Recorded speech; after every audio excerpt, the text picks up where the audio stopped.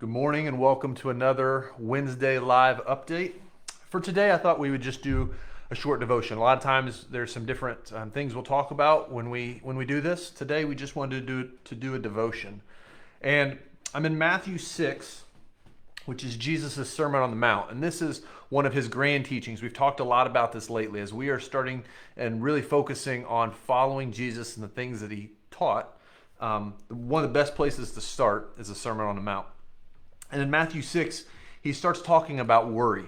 And what are we worried about? We worry about the food that we eat. We worry about our clothes. And he uses the birds and the lilies of the field as an example there. At the end of it, in Matthew 6:34, he says this, "Therefore, do not worry about tomorrow, for tomorrow will worry about itself.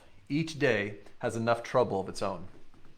And I think we've been in this season for a while now, and we can still worry about what tomorrow is going to look like. And not focus on what's going on today, not being present. And that's been something for me that has been a challenge and something that through some of the different readings I've been doing has really put some focus on that a little bit. I wanted to encourage you to do the same. I wanted to focus a little bit on where you're at, where your soul is at. Before everything broke down about a year ago, we were busy, crazy, running all over the place.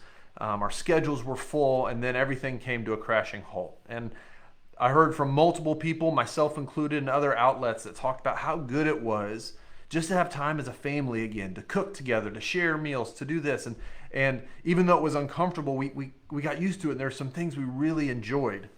And now here we sit in January, about 10 months later, and things are starting to open back up. And we're excited about some of that things. We're excited about not having to be locked down in our homes and being able to spend time with each other, to gather together for church on Sunday in the building and not just have to be exclusively online. But as things have started to open up more, I think you would agree, our schedules have gotten a lot busier. There have been more things to worry about what tomorrow's going to look like. Before we didn't worry about that because tomorrow was going to look the same as today looked there for a season. And when we start to do this, we are not as present to the moment. We're not as present with the people that we're around. And I can feel myself slipping back into what pre-COVID life was and not experiencing and enjoying the fruits that I learned during that season. And I feel like that's something that we do often. We are so quick to move on to the next thing that we don't remember the lessons that we picked up from things we've been through. And Scripture talks all about the trials and the difficulties that we go through, and an opportunity for us to grow and to develop and to mature. And a lot of times we just fly by those because we're ready for the next thing. And so my challenge, my encouragement to us is this: to go back to that time and to remember, maybe if you took a journal or if you took even a photo journal, looking back at some photos during that time, what were some things that you learned? How was slowing down helpful for you? What rhythms did you have in your life that were life-giving, and how can you include those in your life now? And probably to do that means that we are going to have to cut some stuff out. We're going to have to say no to a few things, even though the opportunity to say yes to more is a little bit more available than what it was then. How do we continue to say no to things in order to value those things that we learned, that were life-giving, that were good for our soul? Jesus in Mark 8:36 says this. He's talking about his death and what it's going to mean to follow him and how we need to pick up our cross and daily follow him and the sacrifice that that's going to be. And in Mark 8:36, he says this: "What good is it for a man to gain the whole world, yet forfeit his soul?"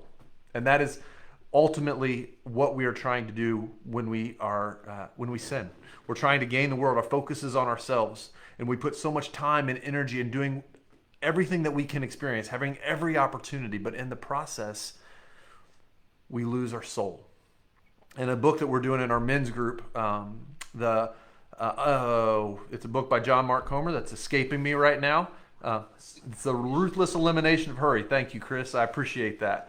It's a book we're doing there. He talks about that, how we are so busy and so in a hurry that we lose that aspect of what it means to have we lose our soul in that because we're striving so much to do that. And Jesus says, what good is it that we gain and gather all these things to build ourselves up that lose who God created us to be?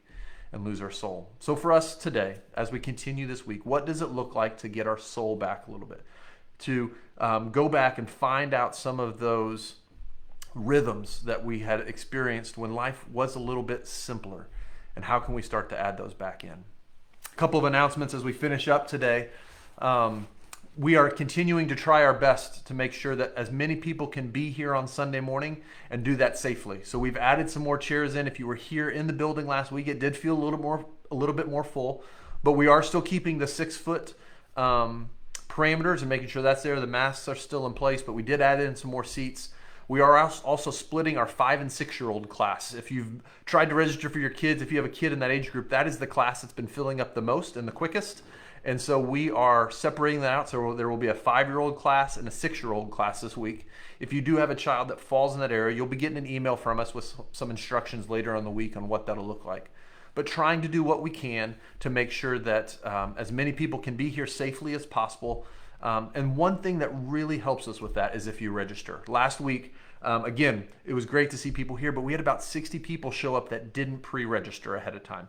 And that just is hard for us to know and plan for what class sizes are going to look like and what we need to do. So if you could please go today, register your kids, register yourself for service so we can make sure that we have enough space, enough room, and all of that so that we can gather, but we can gather safely.